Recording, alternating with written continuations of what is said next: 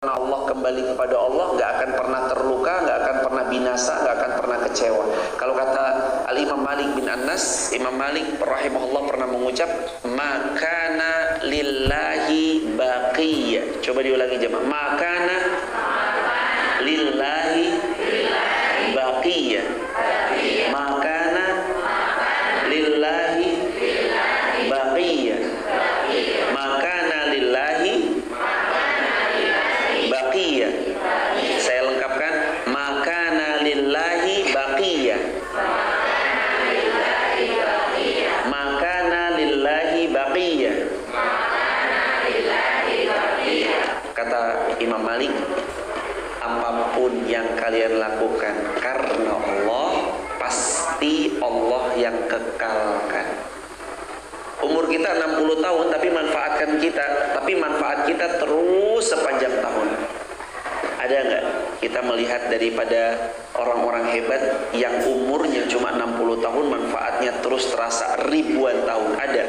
Siapa? Baginda Rasulullah Muhammad sallallahu alaihi wasallam. Rasulullah sudah wafat, tertimbun dalam tanah. Manusia mulia itu telah wafat, berpulang ke pangkuan Allahnya. Manusia yang paling kita rindui itu telah tiada, membersamai kita, umat yang sangat jauh. Beliau dulu pernah membersamai sahabat-sahabatnya. Tapi jamaah, manfaat Nabi sampai detik ini terus kerasa.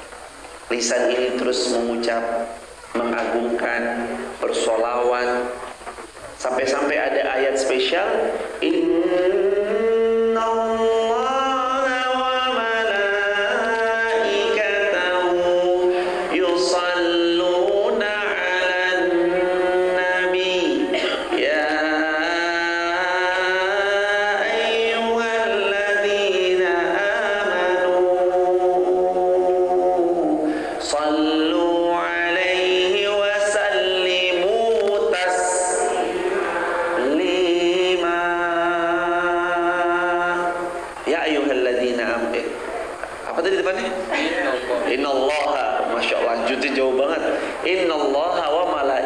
sesungguhnya Allah dan malaikat-malaikatnya Allah yusalluna, Allah aja bersolawat. Apalagi kita, kalau saja Allah subhanahu wa ta'ala bersolawat, harusnya kita juga lebih sering bersolawat. Allahumma salli ala nabiyyina Muhammad wa ali Muhammad, atau Allahumma salli ala sayyidina Muhammad wa ali Muhammad, atau Allahumma salli ala Muhammad wa ali Muhammad, atau mau lebih panjang lagi, solawat yang dalam solat, Allahumma salli ala Muhammad wa ali Muhammad kama shallaita ala Ibrahim wa ali Ibrahim, barik ala Muhammad wa ali Muhammad kama barakta ala Ibrahim wa ali Ibrahim innaka Hamidum Majid, dan seterusnya. Itu diperkenankan dibaca. Hadirin, poin yang pertama, yang pertama, meniatkan semua karena Allah. Kalau jamaah datang kepada manusia membawa satu manfaat dan jamaah minta agar dia membalasnya, siap-siap kecewa. Karena tidak semua manusia bisa membalas kebaikan seperti sama kita berbuat baik pada beliau. Tapi kalau jamaah berbuat baik itu murni karena Allah, catat baik-baik hadirin, tidak akan pernah kecewa, binasa dan terluka orang-orang yang meniatkan karena Allah. Karena siapapun menolong orang karena Allah tanpa mengharap balasan dari orang yang dia tolong, kecuali Allah langsung yang akan membalas dan menolong dia saat dia benar-benar butuh pertolongan. Kira-kira kalau dikomparasi, dibandingkan pertolongan manusia sama pertolongan Allah, jauh lebih dahsyat pertolongan manusia atau pertolongannya Allah? Pertolongannya Allah. Manusia nolong sebatas kemampuannya yang terbatas, tapi Allah menolong innallaha ala kulli syai'in qadir. Innama amruhu idza arada syai'an ay yaqula lahu kun. Kalau Allah udah bilang jadi, maka jadi. Allah bilang ya, maka iya.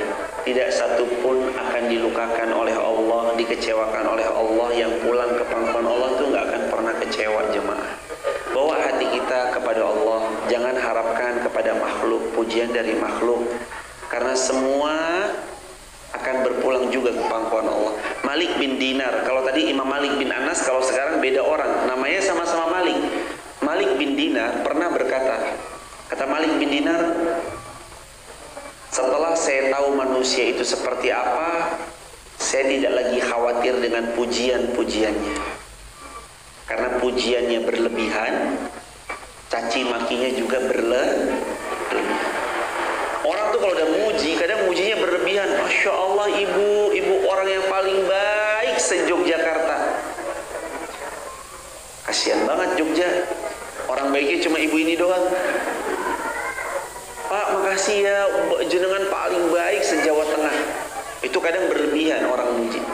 Tapi sebaliknya juga, kalau sudah mencela, mencelanya juga berlebihan. Makanya kata Malik bin Dinar, aku tidak khawatir dengan celaan ataupun pujian manusia setelah aku siapa mereka sebenarnya. Karena aku tahu kalau mereka muji, mujinya berlebihan.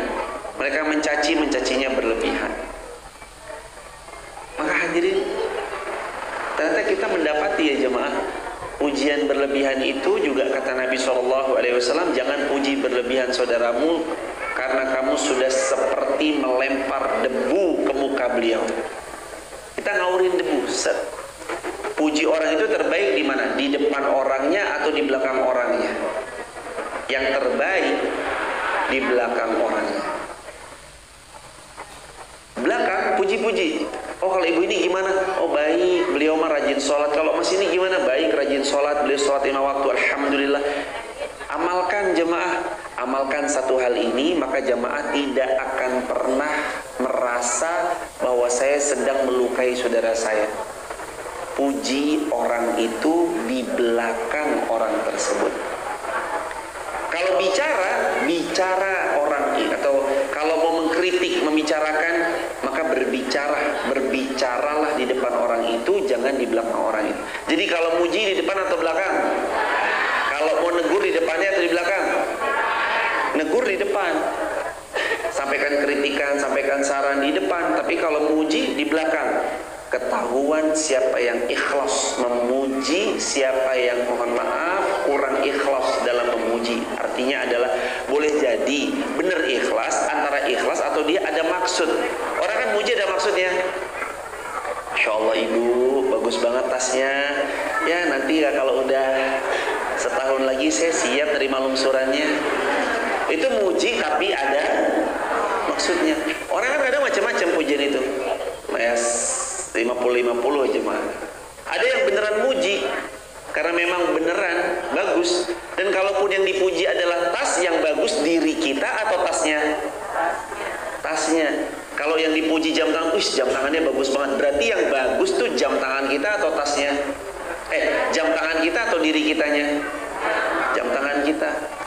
Apalagi ibu-ibu kalau tasnya agak mahal sedikit, ketika foto paling nggak terima kalau tasnya nggak ke foto. Saya sebentar, tasku belum. Dia liatin tasnya dulu. Karena mungkin jamnya mahal juga. Sebentar ya. Digituin tangannya kan. Maaf, jam berapa pak? Digituin dulu. Berusaha diduduhi gitu jemaah, diliatin sama yang lain. Ini supaya tahu ini mereknya apa. Hadirin, yang paling harus kita perbaiki bukan hanya apa yang dimiliki perihal barang, tapi yang paling harus diperbaiki adalah niat kita di dalam hati. Makanya yang pertama meluruskan niat karena Allah. Innamal a'malu amal-amal kita itu nanti akan kita dapatkan besaran pahalanya tergantung kadar niat yang ada dalam hati. Semakin kuat karena Allahnya, semakin kuat Allah memberinya. Semakin kuat untuk Allahnya, semakin kuat hadiah terbaik darinya. Semakin kuat untuk Allahnya, semakin hebat akan datang kebaikan dalam hidup kita. Allah, Allah, Allah. Kalau dulu para guru kita sering mengatakan Allah dulu, Allah lagi, Allah terus, Allah selamanya. Allah dulu, Allah lagi, Allah terus, Allah selamanya. Lurus niatnya, benar amalnya dengan pertolongan Allah. Insya Allah. Yang kedua, mensahabati orang-orang salih. yang kedua apa? Ibu kira-kira Rasulullah kenal Abu Jahal atau enggak? Kenal Abu Jahal atau enggak? Rasulullah kenal Abu Jahal atau enggak? Kenal. Rasulullah kenal Abu Lahab atau enggak? Kenal. Kenal Abu Bakar atau enggak? Rasulullah kenal Umar? Tapi apakah Rasulullah memilih bersahabat dengan Abu Jahal dan Abu Lahab? Tidak. Rasulullah bersahabat dengan Sayyidina Abu Bakar, Sayyidina Umar bin Khattab. Kenapa? Karena Allah yang mewahyukan pada nabinya menyampaikan buat kita sebagai ibrah. Almar'u ala dini khalili falyanzur ahadukum man yukhalil. Kita itu tergantung siapa teman dekat kita, siapa teman duduk kita, siapa teman yang membersamai kita, kepada siapa kita sering curhat, sering ngobrol, sering cerita. Falyanzur, kata Nabi, maka hati-hati kamu, ahadukum man yukhalil, dalam memilih teman dekat. Makanya M yang kedua, mensahabati orang yang salih. Kalau perempuan yang salihah, kayak tarik menarik gitu loh jemaah, magnet. Siapa yang lebih kuat, dia akan menarik. Kalau teman kita lebih kuat dan dia taat, kita tertarik jadi taat. Kalau teman kita maksiat dan kekuatan maksiatnya lebih dahsyat dan iman kita down, drop, lemah, kita yang akan tertarik berbuat maksiat. Pilihannya dalam bergaul cuma dua, mewarnai atau diwarnai. Dalam pergaulan penting cari lingkungan yang baik. Ada konsep bahkan dalam Islam, ajaru qabla dar, pilih dulu rumah. Mohon maaf, ajaru, pilih dulu jar, tetangga, jiran, tetangga sebelah. Pilih dulu lingkungannya qabla dar, sebelum kalian membeli rumah. Bahkan beli rumah aja, konsep dalam Islam tuh ditata serapi sebagus mungkin untuk lihat tetangganya, dekat masjid atau enggak. Lawong kadang loh jamaah, rumah dekat masjid tinggal melangkah. Kadang bisa-bisanya itu loh, nggak masuk kakinya ke dalam masjid. Ada samudra luas dia arungi dengan kapal pesiarnya.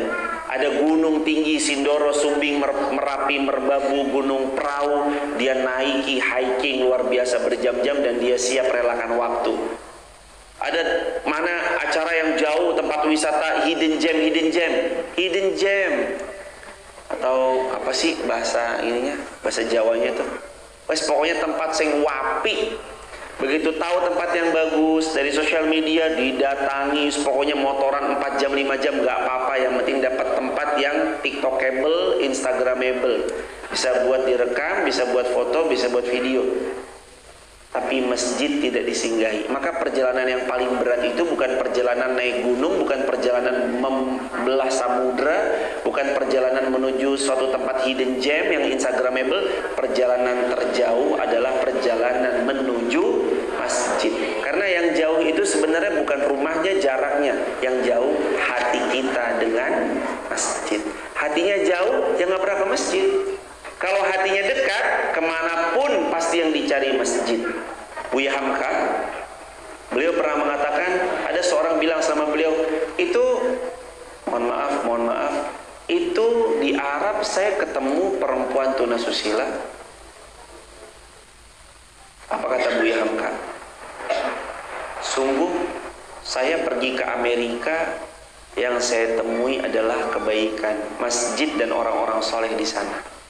Kesimpulannya, mau dimanapun kita, kalau yang dicari adalah sampah, matanya mata lalat, terus-terusan yang dicari pasti adalah sampah. Tapi kalau matanya kita mata lebah, yang kita cari pasti bunga, terus dicari bunga. Tapi kalau mata kita terus mencari kesalahan, kita akan mencari kesalahan, kita akan mencari kekurangan. Yang dicari sampah ya seperti mata lalat, dimanapun berada yang dicari tetap sampah. Waliyadzubillah min dzalik. Penting cari teman yang salih. Mbak datang sama teman-temannya, ibu, mas, atau semua hadirin datang bersama kawannya. Penting. Nanti dibersamai gurunda kita bersama Ustaz Mukhlis, beliau yang membersamai, beliau yang mendampingi jamaah. Saya tidak setiap waktu bisa membersamai di sini. Saya nggak mungkin bisa setiap bulan juga datang ke sini. Setahun mungkin hanya beberapa kali, dan itu pun juga kadang sangat terbatas. Tapi di sini insya Allah ada gurunda kita, ada Ustaz Mukhlis, ada Ustaz juga yang lain, ada para alim, para ulama. Belajarlah, ambil ilmu beliau, karena insya Allah jamaah makin sering diasah makin tajam. Pisau itu kalau sering diasah, insya Allah makin tajam mata pisaunya. Kalau didiamkan saja, kemakan oleh karat-karat, dan karat itu merusak daripada besinya itu sendiri. Ingat ya hadirin, ada falsafah. Besi itu tidak rusak karena dirinya. Besi itu rusak karena karat yang menempel pada diri. bukan oleh hantaman dari luar. Besi kuat, dihantam luar juga. Kalau memang besinya kualitas, jarang-jarang penyok. Kalaupun penyok itu udah saking kerasnya terhantam. Tapi besi itu lebih sering rusak karena karat yang menempel pada dirinya. Yang merusak kita tuh jadi sebenarnya belum orang lain atau bukan orang lain. Yang mengecewakan kita tuh bukan orang lain. Yang mengecewakan kita adalah ekspektasi kita yang berlebihan terhadap orang lain. Yang merusak kita adalah diri kita sendiri. Ekspektasi berlebihan sama orang, bukan ke Allah. Berharapnya kepada selain Allah. Pantas kecewa selama ini, terluka selama ini gara-gara itu. Nah, maka hari ini hadirin, bismillah, kalau bisa carilah teman-teman yang salih, teman-teman yang baik, teman-teman yang taat, teman-teman yang saling support dalam kebaikan. Kalau sudah ada, pertahankan, genggam erat, jangan lepaskan. Kalau belum ada, cari.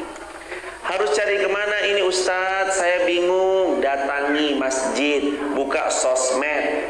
Saya nggak bisa Ustadz, beli paket data dulu, mungkin paket datanya habis.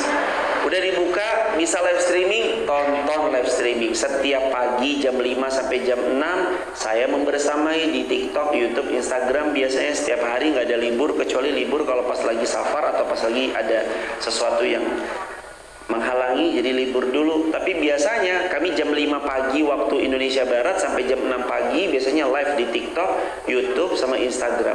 Kalau jamaah pun belum bisa datang ke Wonosobo, kan Allah berikan kemudahan. Hadirin, sekarang handphone kita ini itu tuh semuanya jadi jariah. Besok kita pulang, dia bersaksi di hadapan Allah, pernah ya Allah dipakai buat ngaji. Makanya update status yang baik-baik, update yang bagus-bagus. Yang penting sesuai koridor, jangan lagi sholat di update, jangan ping aku ya, aku lagi sholat di rakaat kedua. Itu gimana ceritanya tuh? Lah tapi kalau lagi sholat ngimamin, direkam, boleh atau enggak? Boleh, silahkan. Banyak orang terinspirasi jadi imam-imam muda. Salah satu faktornya adalah karena melihat rekaman-rekaman imam-imam muda yang mengimami sholat, usia beliau muda belia, bacaannya bagusnya luar biasa. Berawal dari mana? Latihan, pelan-pelan, di-upload, diunggah. Saya setuju jemaah, kalau jemaah mencatat, upload ke sosmed. Bukan setuju lagi, saya dukung. Jemaah catat, catatannya di-upload ke sosmed. Jemaah rekam, rekamannya di-upload ke sosmed. Hadirin nggak pernah tahu kan, video itu menurut kita simple, sederhana. Tapi ternyata menurut orang lain, itu video yang dia cari selama ini. Tiap kita urusannya beda-beda. Ada yang video pendek, mampu beli, belum mampu sabar, jangan kemakan gengsi, jangan bermudah-mudah membuka pintu hutang riba ya. Akhirnya dia bertobat dari ribanya. Ada yang video pendek, kalau hari ini kamu malas sholat atau kamu meninggalkan sholat, sungguh musibah yang menimpa dirimu lebih besar daripada yang menimpa iblis atau syaitan. Karena iblis atau syaitan gak mau sujud kepada Adam, sedangkan kamu kalau meninggalkan sholat, engkau sedang tidak mau bersujud kepada Allah, padahal Allah yang menciptakan kamu dan semua alam semesta ini. Maka musibahmu kalau kamu sengaja meninggalkan sholat lebih besar. Akhirnya dia, aduh saya belum sholat nih, ayo segera sholat. Cepat dia langsung sholat. Atau ada kalimat sederhana, jangan lupa ibu, kemudian berbaktilah kepada ayahmu, kemudian berbaktilah engkau kepada keduanya. Cuma gara-gara postingan simpel sederhana, dia telepon ibunya, ibu apa kabar, berkah, sehat, lancar, ibu doain ya.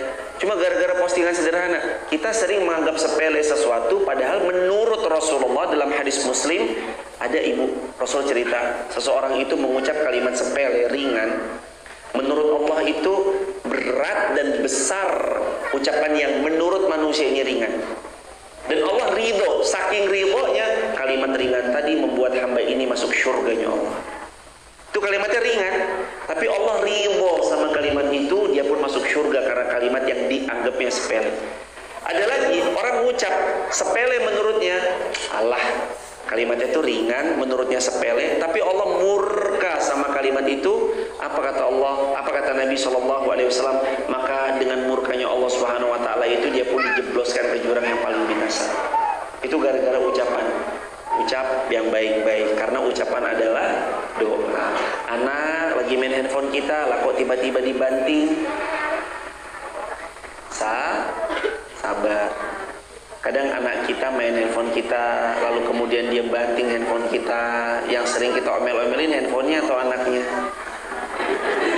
Anaknya. Padahal yang lebih berharga anak kita atau handphone kita? Anak. Ada yang mau anaknya ditukar sama handphone? Jelas nggak ada yang mau. Ibu yang waras nggak akan pernah mau menukar anaknya hanya dengan sebuah handphone yang bilangan sekian juta atau mungkin lebih daripada itu.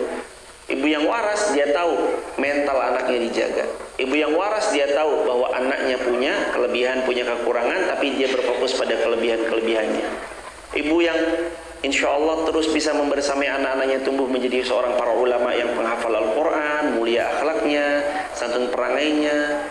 Itu semua ada jamaah dalam diri jamaah semuanya. Selama jamaah insya Allah biidznillah berjuang bareng-bareng, kita besarkan bareng-bareng anak-anak kita yang tumbuh dengan soleh-soleh dalam naungan Masjid Nurus Salam, dibersamai oleh orang-orang gurunda-gurunda terbaik. Tidak akan pernah kecewa seorang ibu yang terus menerus membawa anaknya untuk aktif di masjid, nggak kecewa. Dulu para ulama, Imam Syafi'i dari kecil sama ibunya itu dibawa. Imam Malik juga dari kecil umur 5 tahun didandanin dandanan para ulama, pakai sorban, pakai imamah kalau di Madinah ya. Lalu dibawa untuk ngaji ke Masjid Nabawi oleh seorang ulama. Imam Malik belajar, Imam Syafi'i juga belajar kepada Imam Malik. Imam Malik punya gurunya lagi Imam Abu Hanifah. Imam Syafi'i belajar kepada muridnya Abu Hanifah, Imam Abdul Hasan Syaibani. Imam Syafi'i punya murid namanya Imam Ahmad bin Hanbal. Imam Ahmad bin Hanbal belajar Imam Syafi'i, terus begitu belajar adabnya mereka jaga, ilmunya mereka cari terus, mereka kejar terus, belajar. Hidup kita tidak lama. Dunia tempat meninggal, dunia ini bukanlah tempat tinggal. Ada yang mau hidup lama nggak di sini? 200 tahun deh. Ibu enak nggak kira-kira hidup sampai umurnya 200 tahun? Kira-kira umur 200 tahun masih bisa makan kacang nggak? Jangankan 200 tahun.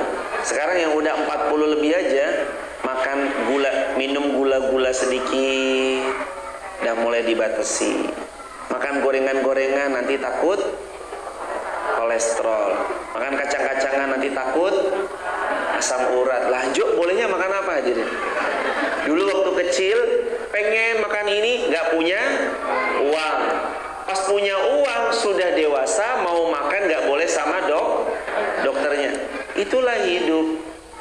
Dunia memang tempatnya begitu. Sekarang nih memang mulai berasa jemaah. Jelang-jelang usia kepala 3, kepala 4, kepala 5, kepala 6, kepala 7, kepala 8. Tapi kayak di sini 17 tahun semua ini. Yang sudah jelang-jelang itu mulai berasa satu persatu Allah cabut. Betul, penglihatan yang tadinya jelas mulai agak-agak buyar. Pendengaran sekarang kalau anaknya manggil, "Ma." "Iya, Le." "Ma." Udah mulai begitu. Rambut yang kemarin hitam legam, janggut yang hitam sekarang sudah mulai satu persatu memutih. Udah tanda-tanda aja mah. Makanya ada falsafah Jawa, ada selikur, seneng lingguh kursi. Umur 21 senengnya dapat kursi pekerjaan. Ada 25 bahasa Jawanya selawe, seneng lanang lah wedok. Jadi kalau seneng lanang lan wedok. Janjane aku iso ngomong Jawa jemaah. Ceramah bos Jawa yo aku iso. Lawang aku sekolahin yang mualimin 40-an wiro brajan. 6 tahun saya di mualimin. Tapi karena saya agak-agak sulit keluh, kami aslinya Depok Jawa Barat, tapi tinggalnya dari 2017 sudah pindah di Wonosobo, udah ngabdi di Wonosobo. Lalu jadi kalau ngomong bahasa Jawa janjane iso ning wagune pola. Bisa jemaah. Ngapak juga paham. Kami kan tinggal di Wonosobo kan ngapak ya jemaah. Nyong ora kayak Rika lah gitu. Paham kalau orang Wonosobo ngomong gitu, kami paham. Tapi kalau untuk ngomong kayaknya agak keluh lisannya. Tapi inilah keragaman. Allah menciptakan kita dengan bahasa yang beda, wajah yang beda. Bahkan anak kembar identik sekalipun jempolnya tuh nggak sama kalau sidik jari ini. Klik. Sidik jarinya anak kembar identik Yang kalau dia bareng gak ada yang bisa bedain ini si Fulan apa sih Tony atau Tono. Gak ada yang bisa bedain misalkan. Saking identik kembarnya, tapi ini sidik jarinya tetaplah berbeda. Itulah Allah. Bayangin Allah ciptain kita jemaah. Maka yuk mulai cari lagi teman-teman yang baik. Kita butuh teman-teman yang baik mensupport kita dalam taat. Terus yang terakhir, M yang pertama apa tadi? Meniatkan karena Allah. M yang kedua, mensahabati orang yang saleh. M yang ketiga, merawat iman agar istiqomah. Iman itu tuh kalau nggak dirawat gersang. Ibu tahu itu pohon nggak dirawat gersang, lama-lama menguning, lama-lama mengering, lama-lama mati karena nggak dirawat. Nggak ada yang ngerawat. Iman kita lebih butuh nutrisi daripada badan. Badan dikasih makanan. Nutrisi hati ngaji. Nutrisi hati apa? Ngaji. Berangkat ngaji ini nutrisi hati. Ala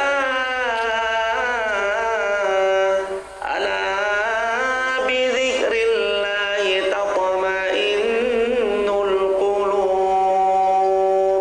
Ketahuilah hatimu akan tenang, tenteram, nyaman kalau kamu berzikir kepada Allah. Salah satu zikir itu apa? Majlis zikir. Di dalamnya baca Quran, ada hadis Nabi, ngingetin Allah, pulang ke Rasulullah, agar supaya kita meneladani baginda Rasulullah gimana caranya, agar kita mengambil ibrah dari setiap kisah-kisah hikmah gimana caranya.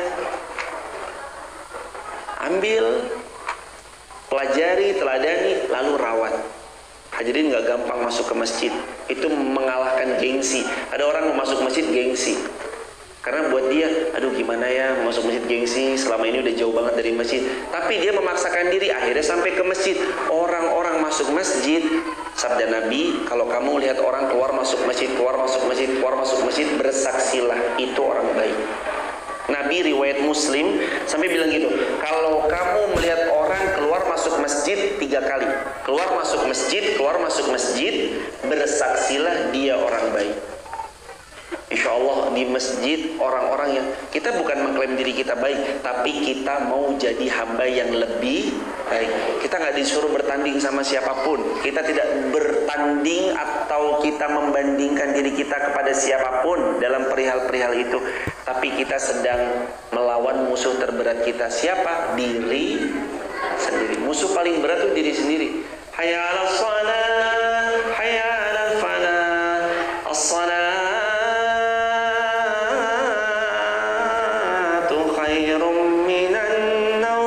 Salat lebih baik daripada tahu artinya. Tapi yang paling sepi di antara 5 waktu salat subuh, zuhur, asar, maghrib, isya, salat mana? Itu. Kenapa salat subuh paling sedikit? Tanda iman ada di salat subuh.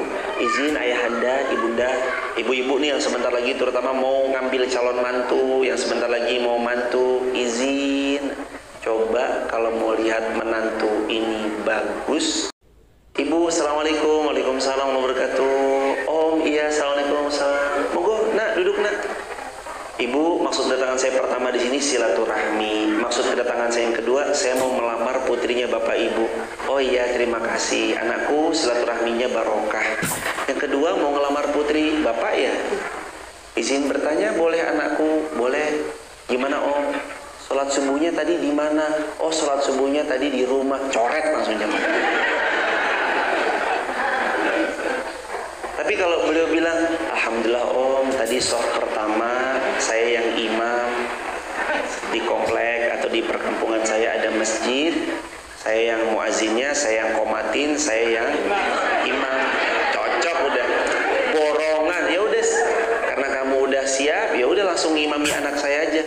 Ulama dulu hadirin dilamar putrinya duha, zuhurnya nikah. Ibu datang laki-laki ngelamar, zuhur berarti nikahnya asar. Dan ulama dulu saking cepatnya begitu jemaah. Karena tidak mau ada fitnah-fitnahan jemaah. Apalagi kalau udah melamar kadang udah merasanya aku milikmu, kau milikku. Padahal belum apa-apa. udah lamaran, udah goncengan kemana-mana. Tidak boleh orang berdua-duaan kecuali setelah akad nikah. Goncengan kesana kemari, datang seorang anak laki-laki bilang kepada ibunya, bilang kepada bapaknya, "Om, tante, fulana saya ajak jalan-jalan dulu ya, daripada asar nanti saya pulangin jam 9 malam." Hadirin, pertanyaannya, emang berani jamin putrinya hadirin gak dicolak-colek daripada asar sampai jam 9 malam? Ya kalau mereka tahu Allahnya memantau. Nah, kalau mereka sampai berbuat yang na'udzubillahi min dzalik, kita ada perannya. Kenapa Anda izinkan? Gak boleh, pokoknya saya gak mau anak saya dibawa sebelum akad nikah terucap. Ya Om, sebentar lagi kan kita juga nikah, gak usah. Om, pulang saya bawain martabak ya. Yaudah silahkan kalau pulang bawain martabak. Hadirin, besok, lusa, kalau jamaah mendapatkan ada laki-laki melamar putri jamaah, pertimbangkan sholat subuh. Berarti sholat zuhur, asar, maghrib, isya nggak usah dipertimbangkan? Bukan begitu jamaah. Sholat subuh itu awal dari penentu. Start yang baik itu menentukan. Kalau lomba lari, kita lari awalnya sudah baik, berikutnya insya Allah baik. Subuhnya baik, zuhur, asar, maghrib, isyanya juga insya Allah baik. Karena yang paling berat itu sholat subuh. Apalagi di apa Ustaz, nama kotanya, nama desanya atau nama wilayahnya? Lemah Dadi, tanah jadi kan. Pantesan di sini banyak tanah kosong-kosong. Ini juragan tanah semua, masya Allah. Hadirin, di Lemah Dadi, Bangun Jiwo, insya Allah biidnillah akan banyak pecinta-pecinta sholat subuh yang semuanya adalah menghidupkan sholat subuhnya. Dia mengawali harinya dengan bertemu Allahnya di sholat subuhnya. Lalu terus kemudian insya Allah mereka saling mendukung, mensupport untuk menjaga sholat subuhnya. Insya Allah siapa-siapa yang menjaga sholat subuhnya, Allah jaga di hari-hari itu insya Allah. Dan jangan sampai sukanya habis subuh tidur. Iya, tidur boleh, tapi nanti agak-agak jam setengah 7, jam 7 gitu kalau udah mataharinya agak lumayan terang. Kalau emang mau istirahat, istirahat aja. Tapi jangan langsung habis subuh tidur. Habis subuh ngaji, biasain ngaji. Dijaga sholatnya hadirin. Nggak ada yang lebih mulia, lebih berharga dalam hidup ini kecuali sholat. Walaupun hidup 1000 tahun, bila tak sembahyang. Rasulullah pernah bersabda, "Inna awwalu ma yuhasabu bil 'abdu yaumal qiyamah min 'amalihi salatu." Besok meninggal kita semua, dibangkitkan sama Allah. Yang paling ditanya itu bukan kamu anaknya berapa. Kalau ibu-ibu kumpul kan, "Mbak, putrane wis pinten? Mas, putrane piro?" Yang ditanya kan kayak gitu. Tapi kalau besok yang Allah tanya, sholatmu gimana? Tanya sholat kita. Sholatnya bagus, berikutnya bagus. Sholatnya ancur-ancuran, dilihat sama Allah. Saking baiknya Allah, coba lihat sholat sunnahnya. Ada nggak sholat sunnahnya? Ada. Ada sholat sunnahnya, aman. Sholat sunnahnya menopang sholat wajib itu. Tapi kalau sholatnya sudah hancur, terlepas, hati-hati jemaah. Allah juga akan melepas dirinya, memberi perlindungan daripada kita. Jadi kita nggak dilindungi Allah Subhanahu Wa Taala karena kita melalaikan diri dari sholat. Waliyazubillahi min dzalik. 3M. 1. Meniatkan karena Allah.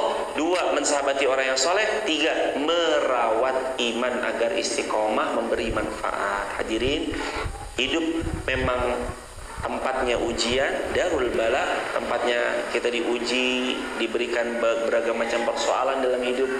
Tapi hidup kita akan tetap baik-baik saja dan kita nggak akan pernah kenapa-napa selama kita punya Allah menjalani setiap episode hidup ini. Nanti kalau ada masalah, bilang Allahku maha baik, pasti Allah ingin yang terbaik untuk aku. Selalu begitu jamaah. Barakallahu fikum. Kita buka tanya jawab untuk 2 penanya. Waktu dan tempat untuk tanya jawab dipersilakan. Nggak ada yang bertanya? Alhamdulillah. Ibu silakan. Fadhal Ibu. Waalaikumsalam warahmatullahi wabarakatuh.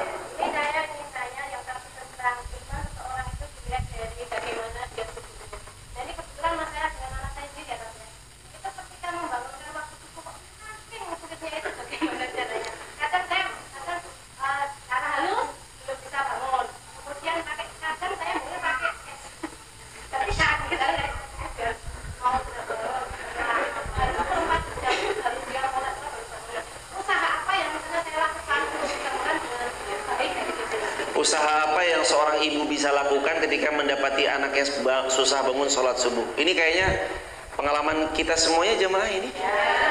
Iya. Insya Allah semoga semua anak-anak muda di sini semuanya rajin sholat subuh, anak-anak kita semuanya rajin sholat subuh. Allah mudahkan untuk kita bersama bangun sholat subuh. 3D untuk anak yang sulit bangun subuh.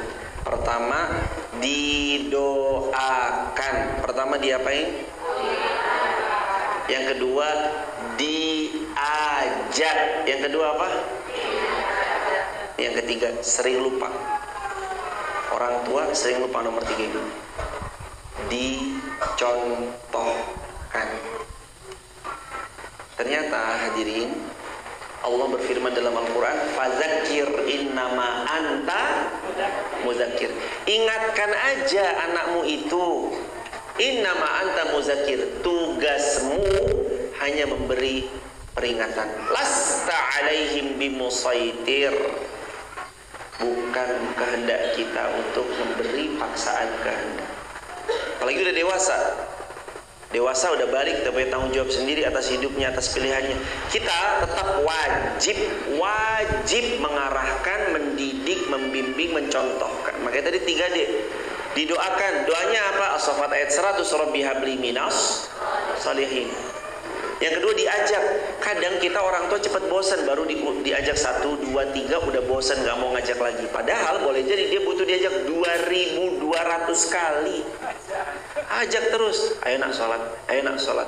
Lebih-lebih ibu, mobil khusus ibu yang masih punya anak kecil, bapak, mas, mbak yang anaknya masih di bawah 6 tahun, itu masih tanah liat tuh masih gampang. Biasakan diajak, ajak sering ke masjid, sering ke masjid, sering ke masjid, sehingga nanti dia tumbuh udah terbiasa, udah terpola, udah terprogram. Jadi 3D. 1, didoakan, Rabbi habli minas sholihin. 2, diajak, ajak terus, jangan pernah bosan. Yang ketiga, dicontohkan. Seorang ayah melihat anaknya nggak sholat, dia bilang, ayo sholat. Anaknya udah mau sholat, ayahnya nonton TV, ceklek. Anaknya ini akan melihat, ayahku azan bukannya sholat malah nonton.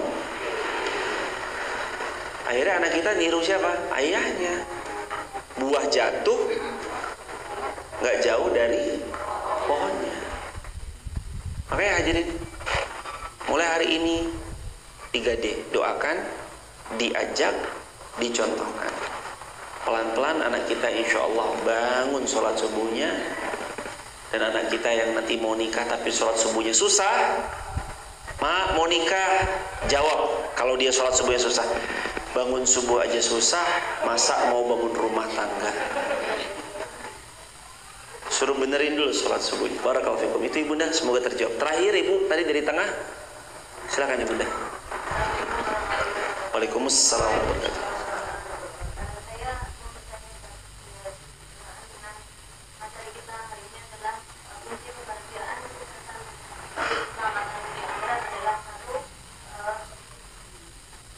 Meniatkan lurus karena Allah.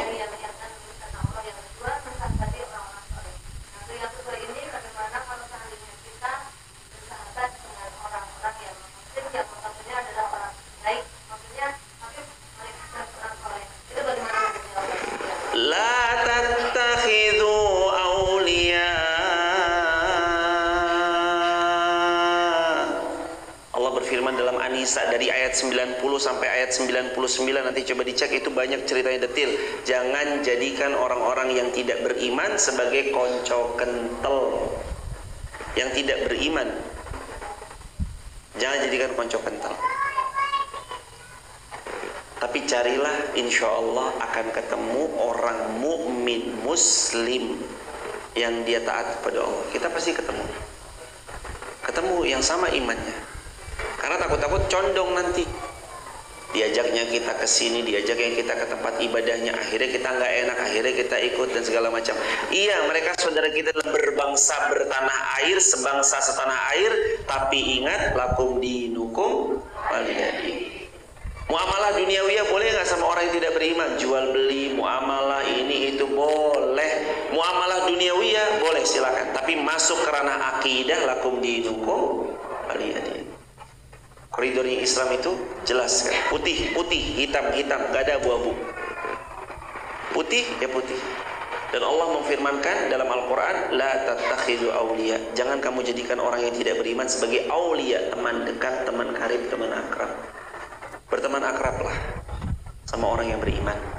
Nabi pernah bersabda, riwayat Bukhari, perumpamaan bertemu sama orang beriman itu seperti perumpamaan kalian bergabung ketemu penjual minyak wangi. Minim kalau kita ketemu penjual minyak wangi dapat kecium wanginya. Nih pakai minyak wangi, set, kasih set, itu nanti iya jamaah kena wanginya, ya nggak jamaah? Iya pasti kena wanginya. Karena kata Nabi, siapa yang bergabung sama penjual minyak wangi, dia kena wanginya. Tapi siapa yang bergabung dengan pandai besi, nanti dia kena percikan apinya. Makanya gabunglah sama orang saleh. Terakhir, penutup. Ada seorang ustadz mengisi di pondok pesantren, ribuan santri. Di tengah jalan, ustadz ini lepas peci. Pecinya dilepas, nggak kelihatan sebagai seorang ustadz.